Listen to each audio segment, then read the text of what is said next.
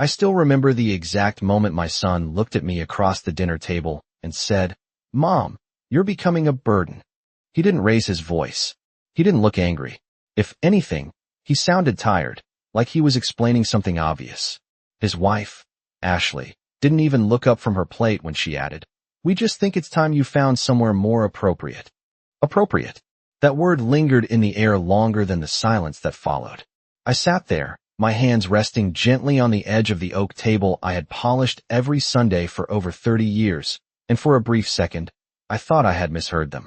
This was the same table where Daniel used to do his homework, where we celebrated his birthdays, where his father had once raised a glass and said we had built something that would last forever.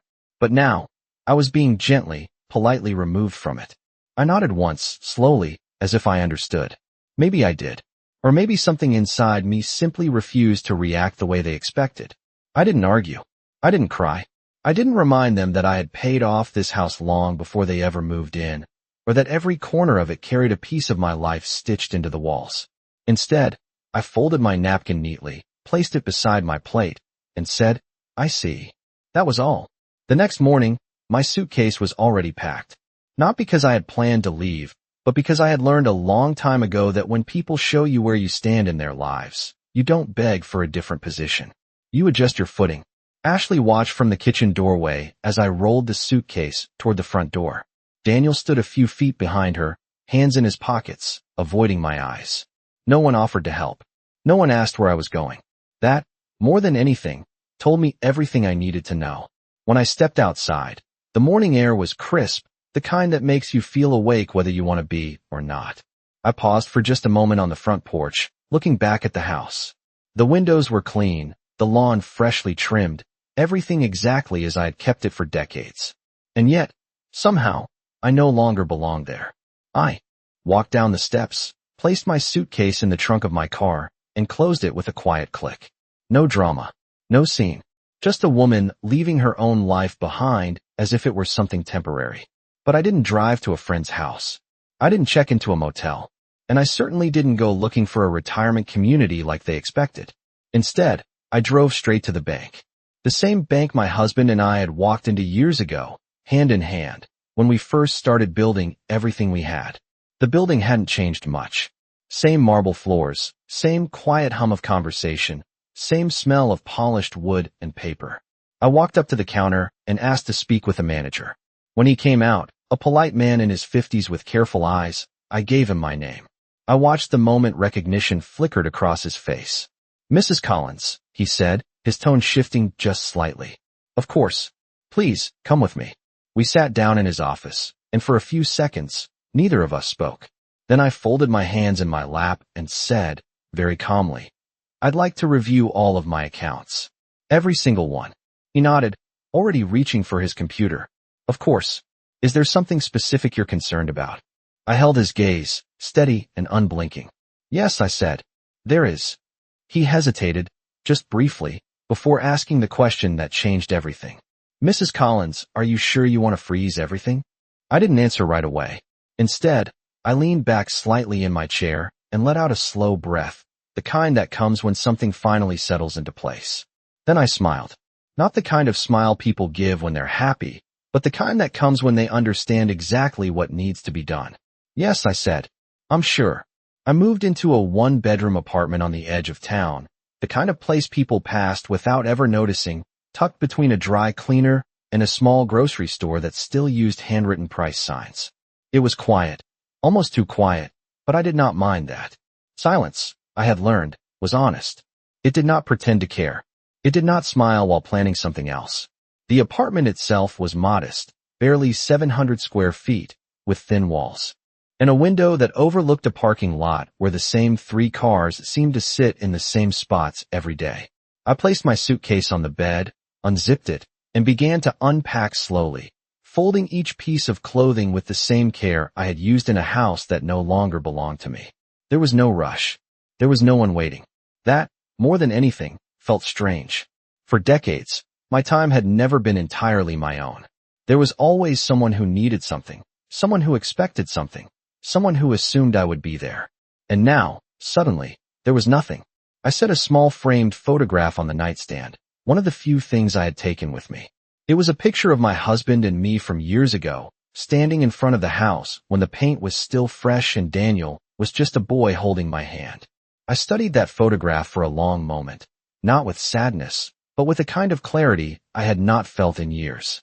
Back then, everything had been simple, honest, earned. I turned away from the picture and walked to the kitchen, if it could even be called that. A narrow counter, a small sink, a refrigerator that hummed louder than it should. I opened it and placed inside a carton of milk and a few groceries I had picked up on the way. Nothing extravagant, just enough. That night, I sat at the small table by the window and ate in silence, listening to the distant sound of traffic and the occasional footsteps in the hallway. No voices, no laughter, no careful conversations filled with things left unsaid. Just quiet. And in that quiet, something began to settle inside me. Not anger, not even hurt. Something colder, something clearer. The next morning, I woke up early, as I always had, even though there was no longer a reason to. Old habits do not disappear just because the life they belong to does. I made coffee, sat by the window, and watched the sky shift from gray to pale blue. People came and went from the parking lot below, each one moving with purpose, each one carrying a life I knew nothing about. I wondered, briefly, how many of them had been told they no longer belonged where they once called home. Then I pushed the thought aside. It did not matter. What mattered was what came next. Around mid-morning, my phone buzzed. I glanced at the screen and saw Daniel's name. For a moment, I simply stared at it, as if it belonged to someone else. Then I answered. His voice sounded casual, almost rehearsed. Hey, Mom. Just wanted to check in. Make sure you were settling in okay. I could hear something beneath the words, something careful, something measured. I took a sip of my coffee before responding. I am fine, I said. There was a pause. Not long, but long enough to say more than words could. That is good, he replied. Listen, Ashley and I were talking, and we think it might be best if we start looking at options for the house soon. You know, just to stay ahead of things. Stay ahead of things. I almost smiled at that. Of course, I said calmly. Whatever you think is best. Another pause. I imagined him nodding, relieved that I was not making this difficult. Great, he said. I will keep you posted. The call ended shortly after. I set the phone down on the table and looked out the window again. The same 3 cars. The same quiet street. Nothing had changed, and yet everything had. They believed I had stepped aside. They believed I had accepted my place, quietly, without question. And for now, that belief was exactly what I needed. Because while they were busy making plans for a future they thought was already theirs, I was doing something much simpler. I was remembering exactly what belonged to me. I spent the next few days doing very little on the surface, but inside, everything was moving. I woke up early, made my coffee, and sat by the window as if I had nowhere else to be, as if my life had quietly shrunk to the size of that small apartment. But my mind was not still. It was retracing steps, revisiting conversations, remembering details I had once overlooked because I trusted too easily. Trust has a way of softening the edges of things that should have felt sharp. Now, those edges were clear. I thought about the house, about the paperwork we had signed years ago, about the decisions my husband and I had made together when we were building something meant to last. Beyond us, he had been careful, meticulous, even. He never believed in leaving things uncertain, especially when it came to family. I could still hear his voice sometimes, steady and certain, telling me, make sure everything is protected, Margaret. Not for us. For later. At the time, I thought he meant for Daniel. Now I understood he had meant something else entirely. On the 3rd morning, I returned to the bank. The same manager greeted me with that same careful politeness, but this time there was something more in his expression. Respect, perhaps, or curiosity. I sat down across from him again, placing my handbag neatly on the table. I would like to see the full structure, I said. He nodded, turning his monitor slightly so I could see. Numbers appeared. Accounts. Holdings. Things I had not looked at closely in years, not because they did not matter, but because I believed they were secure in the hands of people who would honor them. I studied each line slowly, taking my time, letting the weight of it settle. It was more than enough. More than Daniel and Ashley had likely imagined. More than they had ever needed. And yet, it had not been enough for them to treat me with dignity. That was the part one could not ignore. There is also a trust, the manager said carefully, scrolling down. established jointly with your husband. It includes specific conditions. I felt something shift, subtle but undeniable. Show me, I said. He opened the document, and I leaned forward slightly, reading every word with the same attention I used to give to recipes, to letters, to anything that mattered. The language was formal, precise, but the meaning was unmistakable. The assets were protected, controlled, and more importantly, conditional. My name was not just on the documents. It was at the center of them. Nothing could be transferred, sold, or claimed without my direct approval. Nothing. I sat back in my chair, folding my hands together again, just as I had at the dinner table days before. But this time, the feeling was different. Not confusion. Not disbelief. Clarity. Have there been any recent inquiries? I asked. The manager hesitated for a fraction of a second before answering. Yes, he said. Your son contacted us last week. He requested information regarding the property and potential transfer options. I nodded once, slowly. Of course he had. They were already moving forward, already making plans based on something they did not fully understand. That was their mistake. And what did you tell him? I asked. That we would need your authorization for any such action, he replied. I allowed myself the smallest hint of a smile. Not satisfaction. Not yet. Just acknowledgement. Everything was exactly where it needed to be. When I left the bank that day, I did not feel lighter. I felt grounded. Certain. The air outside was warmer than it had been the day I left the house. The sun higher, the sky clearer. It was the kind of day people described as beautiful, though I had learned that beauty often had very little to do with what was actually happening beneath the surface. I got into my car, closed the door, and sat there for a moment, my hands resting on the steering wheel. They thought I had stepped aside. They thought I had accepted being removed from my own life. But they had not read what I had just read. They had not seen what I had just seen. And most importantly, they had forgotten who had built everything they were so eager to take. I started the engine and drove back to the apartment, my expression calm, my movements unhurried. There was no need to rush. Some things are better handled slowly, carefully, with patience. And patience, I had come to realize, was something I had in abundance. The following week unfolded exactly as I expected, quiet on the surface, but filled with small movements that revealed far more than words ever could. Daniel called again, this time more frequently, his tone lighter, almost cheerful, as if a weight had been lifted from his shoulders. He spoke about renovations, about potential buyers, about how the market was strong and how it was the perfect time to act. He never asked how I was really doing. He never asked if I had everything I needed. Instead, he spoke as though everything had already been decided, as though the house had already slipped from my hands into his. I listened. I always listened. We are thinking of updating the kitchen before listing, he said during one call. Ashley found a contractor who can do it quickly. I could picture her saying that, standing in the kitchen I had designed, pointing at cabinets I had chosen, speaking as though it had always belonged to her. That sounds nice, I replied. My voice was calm, steady, exactly what he expected. There was a pause on the other end, just long enough for him to register that I was not resisting. That was what reassured him. That was what made him comfortable enough to keep talking. Comfort can be a dangerous thing when it is built on the wrong assumption. A few days later, I received an email.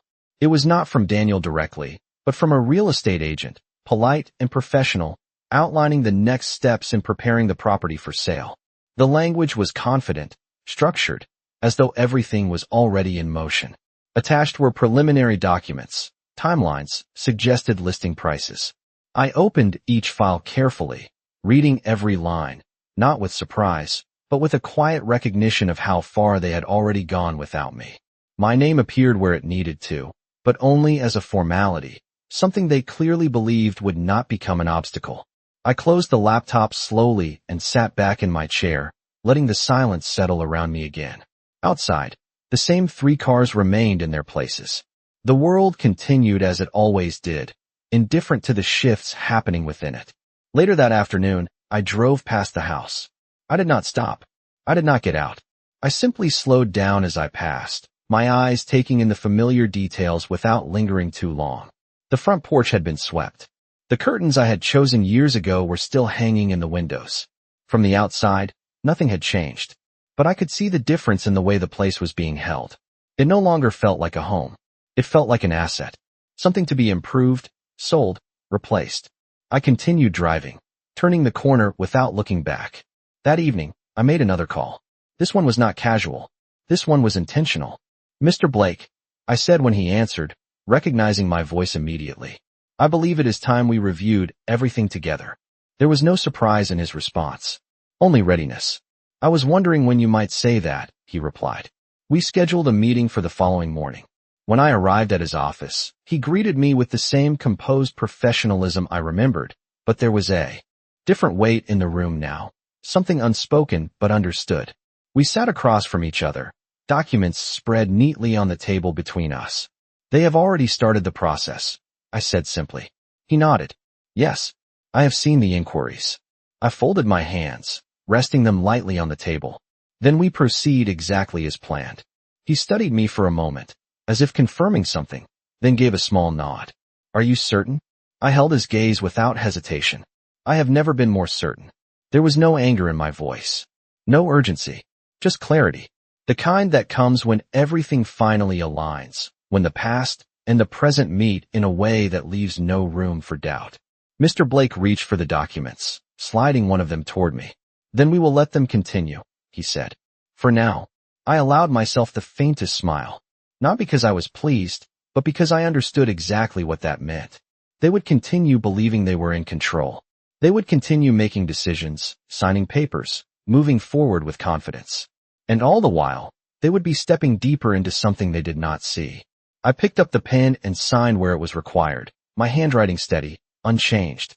Outside the office window, the afternoon light stretched across the pavement, long and quiet. Time was moving, as it always did. And for the first time in a long while, I was not being carried by it. I was guiding it. The days that followed were filled with movement, not mine, but theirs, and I could feel it even without being there. It showed up in the timing of Daniel's calls, in the slight impatience beneath his voice, in the way he began to speak faster, as though everything needed to happen quickly before something could change. Urgency is often the clearest sign that someone believes they are running out of time, even if they do not understand why. "We have a buyer interested already," he said one afternoon, his tone carrying a quiet excitement he tried to keep controlled. "They want to move fast. Cash offer." I stood by the window in my apartment, watching a man across the parking lot load groceries into the back of his car, taking his time, unaware of how different my world had become. "That sounds efficient," I replied. "It is," Daniel said. "We just need to finalize a few things. Paperwork, mostly. Paperwork. Such a simple word for something that holds everything together or pulls it apart." I knew exactly which documents he was referring to, exactly which signatures he believed were only a formality. "Send me what you need," I said. There was relief in his silence before he responded. "I will. Thank you, Mom. Thank you." The words felt light, almost careless, as if gratitude could replace respect. When the documents arrived, I did not open them immediately. I let them sit on the table for several hours, untouched, as I went about my day in the same quiet rhythm I had established. Coffee, a short walk down the block, a brief stop at the grocery store. Normal things. Simple things. It is easier to think clearly when life appears uncomplicated. That evening, I sat down and opened the envelope. The pages were clean, precise, filled with legal language that moved quickly past the surface and into intent. Transfer authorization, sale agreement, consent forms. Everything was prepared as if my signature was already guaranteed. I read each line slowly, not searching for mistakes, but confirming what I already knew. They had built this plan carefully, but they had built it on an assumption, and assumptions are fragile things. I set the papers down and reached for my phone, dialing a number I had memorized long ago. Mr. Blake answered on the second ring. "Yes," he said, as if he had been expecting the call. "They have sent the documents," I told him. "Of course they have," he replied calmly. "Have you reviewed them?" "Every word." There was a brief pause, and I looked down at the papers again, my fingers resting lightly on the top page. "They believe this is the final step," I said. "Then we will let them believe that," he responded. There was no hesitation in his voice, no uncertainty, only quiet confidence. We spoke for several minutes, going over details that did not need to be rushed, confirming timing, ensuring that every piece would fall exactly where it was meant to. When the call ended, I gathered the documents neatly and placed them back into the envelope. I did not sign them. Not yet. The next morning, Daniel called again. Did you get everything? He asked. Yes, I said. I am looking it over. Great, he replied quickly. The buyer is ready to move forward as soon as we have your signature. They are even willing to close within 2 weeks. 2 weeks. It was almost the same amount of time they had given me to leave the house. The symmetry did not go unnoticed. That is very fast, I said. It is a good opportunity, he insisted. We should not miss it. I let a small pause settle between us before answering. I understand. He took that as agreement. I could hear it in the way his voice softened, in the way his words became lighter, more assured. I knew you would see it that way, he said. Of course he did. Because he still believed I was the same woman who would quietly step aside, who would accept what was presented without question, who would prioritize peace over truth. That belief was the final piece of the pattern, the last confirmation I needed. When the call ended, I stood there for a moment, the phone still in my hand, the room around me quiet and unchanged. Then I walked to the table, picked up the envelope, and slid it into my bag. It was time for the next step. Not loud, not sudden, just precise. Exactly the way it needed to be. I chose a morning that felt ordinary, the kind of morning no one would remember later, because that is when the most important things are often done. The sky was pale, the air still carrying a slight chill as I stepped outside my apartment and walked to my car, the envelope resting quietly in my bag. There was no urgency in my movements. No hesitation either. I drove to Mr. Blake's office without turning on the radio, letting the silence remain intact, because silence has a way of sharpening focus. When I arrived, he was already waiting, the documents prepared, arranged neatly across his desk, as though they had been expecting this moment long before I had. You brought them, he said, glancing at the envelope as I sat down. Yes, I replied, placing it in front of him. He opened it carefully, reviewing each page again, though we both knew exactly what they contained. They are moving quickly, he said. Faster than I expected. I folded my hands in my lap. They think speed will secure the outcome. He gave a slight nod. And it would, if the foundation were what they believe it to be. That word again. Foundation. It stayed with me. We spent the next hour going over every detail, not because anything was unclear, but because precision matters. Every clause, every condition, every line that had once seemed distant now became immediate. The trust was not just protection. It was control. And control, when used correctly, does not need to announce itself. It simply exists, waiting. Once they sign and attempt to execute the transfer, Mr. Blake explained, we will intervene. At that point, the conditions will activate automatically. I looked at him steadily. And there is no room for dispute? None that will hold, he answered. The language is explicit. Any action taken without your direct authorization triggers a full reversal and revokes their standing entirely. Revokes. Such a clean word for something that would feel anything but clean to them. I nodded once. Good. There was no satisfaction in the word. Only acknowledgement. When I left his office, the sun had risen higher, the streets more active now, people moving with purpose, unaware of the quiet shift that was already in motion. I drove back to my apartment and placed the envelope on the table again, exactly where it had been the night before. For a moment, I stood there, looking at it, not as something heavy, but as something inevitable. Later that afternoon, Daniel called again. This time, there was an edge to his voice, subtle but present. Mom, the agent is asking about the paperwork, he said. We really need to keep things moving if we want to hold the buyer. I walked to the window, watching the same parking lot, the same stillness that had become familiar. I understand, I said. I will take care of it. Today, he asked quickly. I let a brief pause settle before answering. Yes, today. Relief came immediately, unmistakable. That is great, he said. I knew we could count on you. Count on me.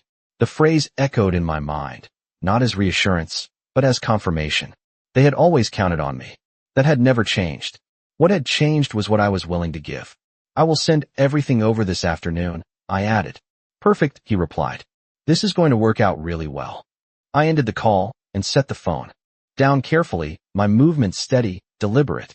Then I reached for the envelope, opened it, and took out the documents once more. The pages were exactly the same as before.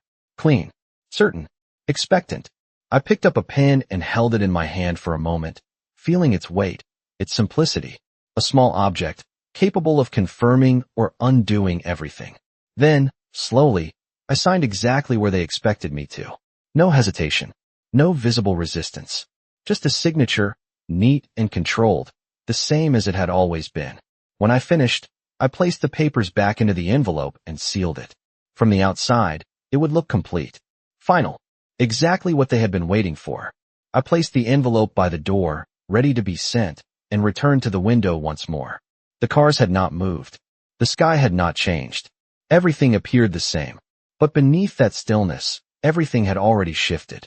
They believed they were at the end of something. They believed they were about to step into what they had been planning all along. And I had just made sure they would. The envelope left my hands that afternoon without ceremony, passed across a counter with a quiet exchange and a printed receipt that meant very little to anyone else, but everything to me. From that moment on, there was nothing more for me to send, nothing more for me to confirm. The next steps belonged to them, and I knew they would not hesitate. They never had. The following morning, my phone rang earlier than usual. Daniel did not wait long this time. They received everything, he said, his voice carrying a restrained excitement that barely concealed itself. The agent confirmed it. We are moving forward. I could almost hear Ashley in the background, her voice softer but present, asking something I could not quite make out. That is good, I replied. Simple. Calm. Exactly what they expected. We are scheduling the final signing, he continued. It should be done within a few days. The buyer wants to close as soon as possible. A few days. Everything compressed into a timeline that left no room for doubt, at least from their perspective. Let me know when it is scheduled, I said. Of course, he answered quickly.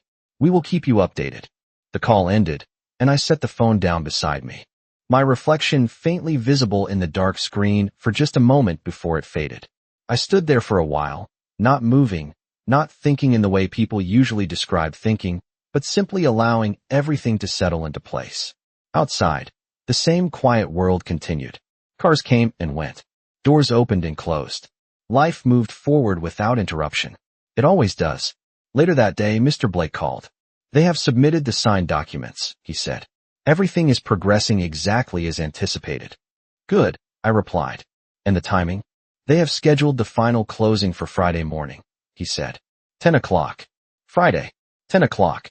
A precise moment, marked and agreed upon, when they believed everything would become theirs.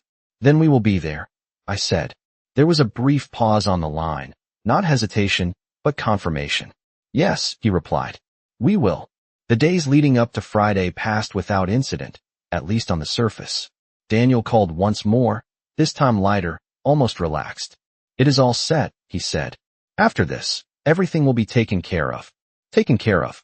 I had heard that phrase many times before, in different contexts, with different meanings. This time, it carried a finality he did not fully understand. I am glad to hear that, I said. It will be a fresh start for everyone. Exactly, he replied, clearly pleased that I saw it that way. Fresh start. For him, it meant moving forward without me. For me, it meant something entirely different. The night before the closing, I slept well. Not deeply, not heavily, but peacefully.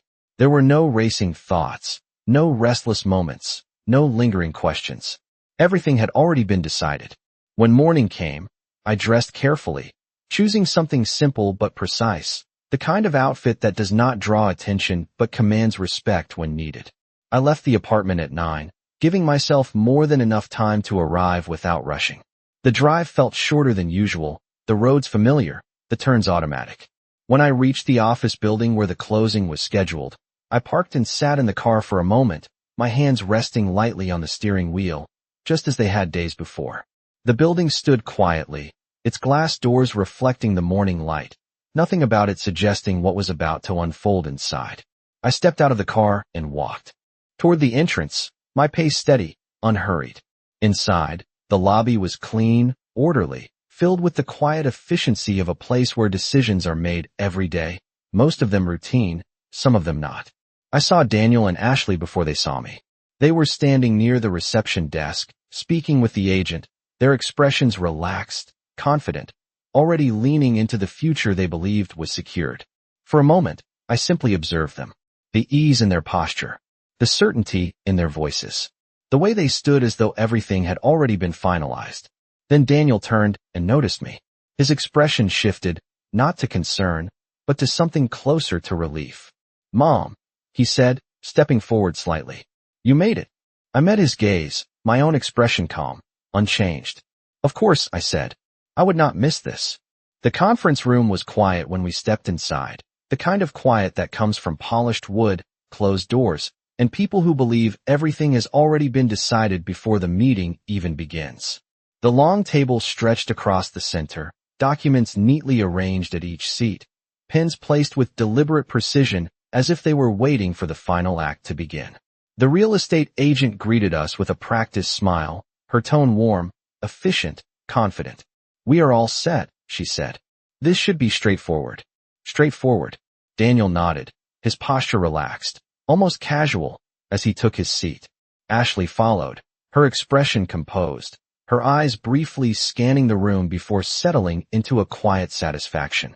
I sat down across from them, placing my hands gently on the table, my fingers resting against the smooth surface as if I had done this 1,000 times before. In many ways, I had. Not this exact moment, but moments like it. Decisions. Signatures. Outcomes. The closing attorney began to speak, outlining the process, reviewing the documents, explaining each step in a voice that was calm and measured, as though nothing unexpected could possibly occur. Papers were passed around. Pages were turned. Names were confirmed. Everything moved forward with the quiet rhythm of something routine. Daniel signed first. His pen moved quickly, confidently, as if each signature brought him closer to something he had already claimed in his mind. Ashley followed, her movements just as certain, her expression unchanged. They did not hesitate. They did not question. Why would they? From their perspective, everything had already been settled days ago. Then the documents were placed in front of me. The same pages. The same language. The same assumption. I picked up the pen, holding it lightly between my fingers, and for a brief moment, I allowed the silence to stretch just a little longer than expected. Not enough to cause concern. Just enough to be noticed. Then I signed. Slowly. Deliberately. Exactly where they needed me to. The attorney nodded, satisfied. "Very good," he said. "That completes the primary authorization. We will now proceed with the final verification." Final verification. The phrase lingered in the air, unnoticed by most, but not by me. The attorney reached for another set of documents, glancing briefly at them before pausing. It was subtle, almost invisible, but I saw it. The slight shift in his expression. The moment of reconsideration. He looked up, his eyes moving from the papers to me, then to Daniel. "There appears to be an additional clause tied to this transaction," he said carefully. Daniel leaned forward slightly, a faint crease forming between his brows. "What do you mean?" The attorney adjusted the papers, his tone still controlled, but no longer as effortless. "The property and associated assets are held within a trust structure that includes specific conditions regarding transfer and authorization."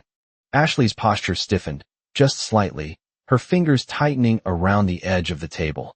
"That is standard, right?" she asked. The attorney did not answer immediately.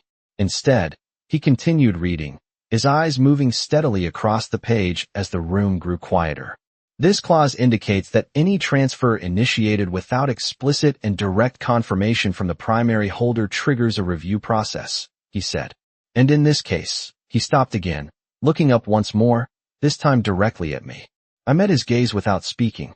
There was no need to rush him. He already had everything he needed. "In this case," he continued, "the primary holder is present, but there is an additional stipulation requiring a secondary verification tied to prior authorization records." Daniel shifted in his seat now, the confidence in his posture beginning to loosen. "We already have her signature," he said, gesturing toward me. "That is the authorization." The attorney nodded slightly. "Yes, but the trust requires more than a signature under certain conditions." He turned the document toward himself again, reading more carefully. This time, the room felt different now. The air heavier. Not tense. Not yet, but no longer certain. Ashley spoke again, her voice tighter than before. "So what does that mean?" The attorney placed the document down slowly, aligning it with the others before answering. "It means we need to confirm the full scope of the trust conditions before proceeding with the transfer." Silence followed. Not long. Just enough. I sat there, my hands still resting on the table, my expression unchanged, as though nothing unusual had happened at all. And in a way, nothing had. Everything was unfolding exactly as it was meant to. They just had not realized it yet. The room did not erupt into chaos. There were no raised voices, no sudden movements, no dramatic reactions. Instead, everything slowed down, as if the air itself had thickened, forcing every word to carry more weight than before. The attorney continued reviewing the documents, his earlier confidence replaced with a careful precision that had not been there when we first sat down. He reached for another file, one that had not been placed on the table initially, and opened it with a quiet sense of purpose. I am going to need a moment to verify this, he said, his tone still professional, but no longer effortless. Daniel shifted in his seat again, this time more noticeably. Verify what exactly? He asked, his voice controlled but edged with something new, something uncertain. The attorney did not look up immediately. The trust conditions, he replied. There are stipulations here that require confirmation beyond the documents we have signed today. Ashley leaned slightly forward, her composure still intact, but her eyes sharper now, more focused. We already reviewed everything with the agent, she said. There should not be anything unexpected. The attorney paused before responding, his gaze lifting briefly. That is often the case, he said. But not always. He turned another page, scanning it carefully, then reached for his phone.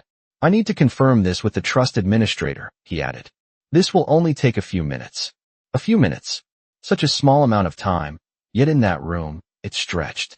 Daniel exhaled slowly, leaning back in his chair, his earlier confidence beginning to fade into something more guarded. Okay, he said, though it sounded less like agreement and more like an attempt to maintain control over something. He no longer fully understood. The attorney stepped out of the room, closing the door quietly behind him. The silence that followed was different now. It was no longer the quiet of routine. It was the quiet of something shifting, something that could no longer be ignored. Ashley was the first to speak. This is probably just a technical thing, she said, her voice steady, though there was a tightness beneath it. These processes can be complicated. Daniel nodded, but his eyes moved briefly toward me before looking away again. Yeah, he said, just a formality. A formality. I remained still, my hands resting exactly where they had been, my posture unchanged. Of course, I said softly. Neither of them responded to that. They did not look at me again. They did not ask any questions. They did not need to. In their minds, everything was still moving forward. They just needed confirmation. A few minutes passed. Then the door opened, and the attorney returned, his expression composed but different. Not alarmed. Not unsettled. Just certain. He closed the door behind him and took his seat again, placing the additional file carefully on the table. Thank you for your patience, he said. I have confirmed the trust conditions. Daniel leaned forward slightly, his focus immediate. And he asked. The attorney folded his hands, mirroring my own posture without realizing it. The trust governing this property includes a conditional clause tied to the well-being and treatment of the primary holder, he said. Ashley frowned slightly. What does that mean? She asked. The attorney's gaze remained steady. It means that any attempt to transfer ownership or control of the assets without the explicit and fully informed consent of the primary holder, particularly under circumstances that may indicate coercion, undue pressure, or exclusion, triggers an automatic review and potential reversal of all related transactions. The words settled slowly, each one landing with quiet precision. Daniel blinked, his expression tightening. We have her consent, he said quickly, gesturing toward me again. She signed everything. The attorney nodded. Yes. However, the trust also requires verification that such consent is given freely, without influence, and with full understanding of all implications. Ashley's voice sharpened slightly. She is right here, she said. You can ask her. The attorney turned his attention to me then, his expression respectful, but now carrying the full weight of the moment. Mrs. Collins, he said, can you confirm that you are fully aware of the nature of this transaction and that you are authorizing it without any external pressure? The room grew still again, but this time, it was not the same kind of stillness as before. This time, it was waiting. I met his gaze calmly, my expression unchanged, my voice steady as I spoke. I am fully aware, I said.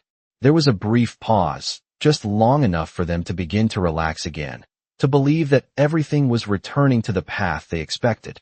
Then I continued, and I am also fully aware, I added, that this transaction does not meet the conditions required by the trust. The silence that followed was no longer quiet. It was absolute. Daniel's face shifted first, confusion giving way to something sharper, something that searched for an explanation that was no longer available. What are you saying? He asked. I did not raise my voice. I did not change my posture. I am saying, I replied, that this sale cannot proceed. The attorney nodded once, confirming what had already been said into motion. Based on the trust provisions, he said, the transfer is suspended pending full compliance review. At this time, it cannot be completed. Ashley sat back slowly, her earlier composure slipping just enough to reveal the realization beneath it. Daniel remained still, his gaze fixed on me now, no longer avoiding it, no longer certain. I held his gaze without anger, without accusation, without anything except clarity. You believed I was stepping aside, I said quietly, but I was only stepping back. I let the words settle, not as a final statement, but as a simple truth. Everything you tried to take, I continued, was never yours to begin with. And for the first time since that dinner, the silence between us was not empty. It was understood.